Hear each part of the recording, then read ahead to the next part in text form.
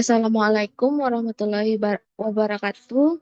Kami di sini dari kelompok 2 ingin mempresentasikan hasil wawancara kami bersama apoteker di Kimia Farmasi Cilikriwut.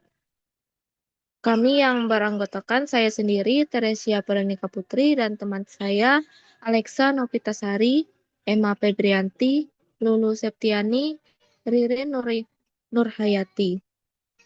Baik, selanjutnya akan dibacakan oleh teman saya. Perencanaan obat. 1. Identifikasi komoditas yang akan direncanakan. 2. Penyesuaian waktu pengadaan, safety stock, dan lead time. 3. Pengumpulan data, konsumsi, morbiditas, dan stok akhir. 4. Metode perhitungan, yaitu mencakup konsumsi, morbiditas, proxy consumption, evaluasi, dan revisi rencana.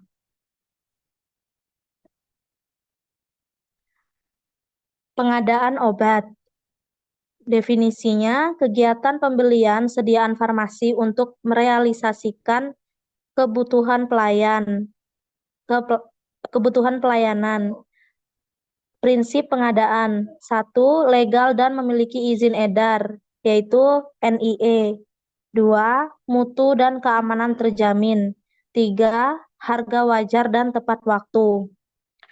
Pengadaan obat didukung dokumen resmi, yaitu dokumen, surat pesanan atau SP, faktur, surat jalan. Jalur pengadaan dilakukan oleh 1. Apotik, 2. Puskesmas, 3. Instalasi farmasi rumah sakit. Pengadaan harus melalui 1. Pedagang besar farmasi atau PBF resmi, 2. Distributor terdaftar dan terpercaya. Selanjutnya yaitu distribusi obat. Definisinya yaitu proses penyaluran obat dari penyimpanan ke unit pelayanan. Tujuan distribusi obat yaitu menjaga kesinambungan pelayanan, memastikan mutu dan keamanan, menghindari kerusakan dan kehilangan. Distribusinya melalui jasa ekspedisi bila di luar kota. Prinsipnya yaitu yang pertama harus tepat waktu dan tepat tujuan, kedua dicatat dan terdokumentasi, ketiga menggunakan sistem PIPO atau PEPO. Selanjutnya sistem distribusi yang baik. Yang pertama yaitu menjamin kualitas, meminimalkan risiko ED dan kehilangan, mendukung pelaporan stok, dan menggunakan SIM farmasi, digital atau manual. Pengelolaan obat melalui perencanaan yang baik, pengadaan resmi, dan distribusi terstruktur akan meningkatkan efisiensi, menjamin mutu pelayanan, dan mendukung keselamatan pasien.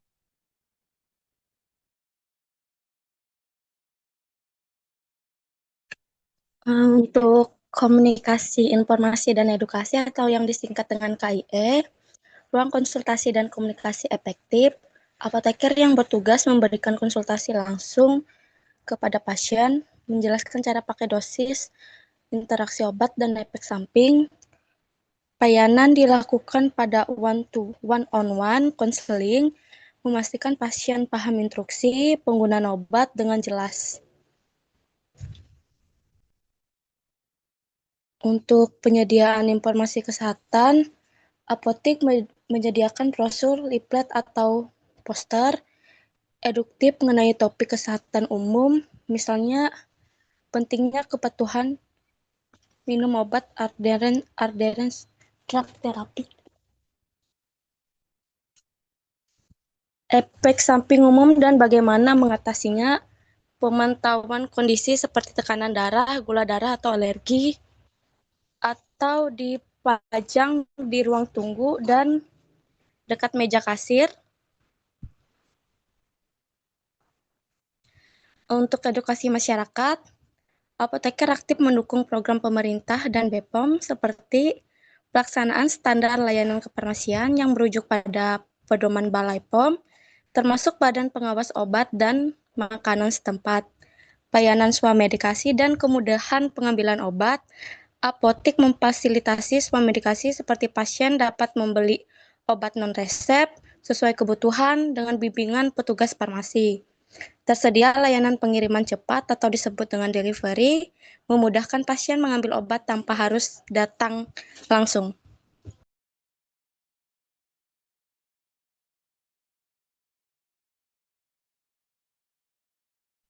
Apoteker dan tenaga vokasi farmasi berjumlah apoteker 1 orang, tenaga vokasi farmasi 2 orang. Selanjutnya, penyampaian obat kepada pasien. Penyerahan obat kepada pasien di apotik merupakan proses krusial yang melibatkan 2 peran utama, tenaga teknis kefarmasian dan apoteker. Keduanya memiliki tanggung jawab yang jelas untuk memastikan pasien menerima obat yang tepat dengan informasi yang akurat demi keamanan dan efektivitas terapi. TTK meskipun tidak berwenang untuk memberikan konseling obat secara mendalam, memiliki peran penting dalam proses awal penyerahan obat. Apoteker adalah ujung tombak dalam penyerahan obat, memegang tanggung jawab penuh atas keamanan dan efektivitas terapi pasien. Selanjutnya, penyimpanan obat. 2 metode umum yang digunakan adalah berdasarkan farmakologis dan abjad. Penyimpanan berdasarkan farmakologis berarti obat disusun menurut golongan terapi atau mekanisme kerjanya, seperti analgesik, antibiotik, antihipertensi, antidiabetik, dan lain-lain. Sementara itu, penyimpanan berdasarkan abjad dilakukan dengan mengurutkan obat berdasarkan huruf awal nama generik atau nama dagangnya. Selanjutnya dilanjutkan oleh teman saya.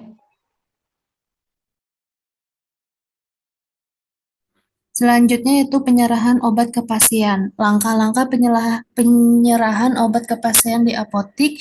Yang pertama, verifikasi resep atau permintaan obat dengan mengecek kelengkapan dan kejelasan resep, yaitu nama obat, dosis, aturan pakai. Yang kedua, mempersiapkan obat dan mengambil obat sesuai resep. Yang ketiga, menyerahkan obat dalam kemasan sesuai standar.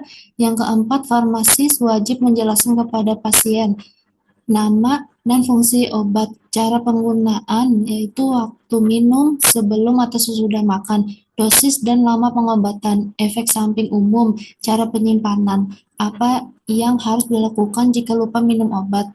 Yang kelima, mencatat penyerahan dan nama pasien dalam buku register atau sistem komputer apotik. Yang terakhir, menanyakan kembali apakah pasien sudah paham dan mengucapkan terima kasih.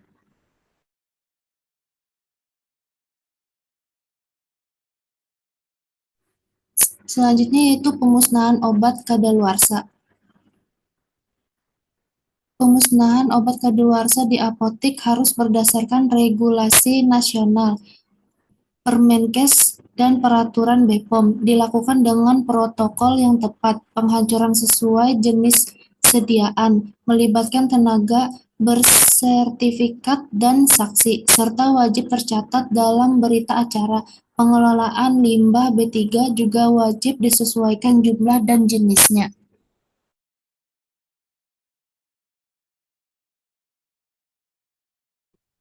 Dokumentasi dan pelaporan pemusnahan. Catat inventasi atau stok obat harus segera diperbarui untuk merefleksikan bahwa obat-obat tersebut sudah tidak ada lagi dalam persediaan. Ini penting untuk akurasi data stok dan mencegah penyalahgunaan.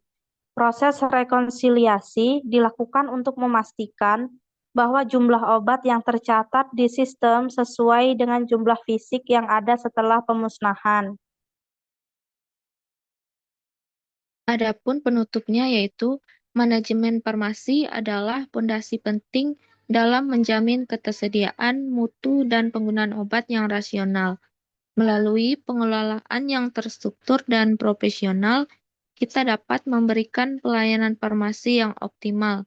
Dengan penerapan prinsip manajemen yang baik, apoteker dapat berperan lebih strategis dalam sistem pelayanan kesehatan, baik di fasilitas pelayanan maupun dalam distribusi farmasi. Sekian dari kelompok kami. Jika ada salah kata, mohon maaf dan terima kasih.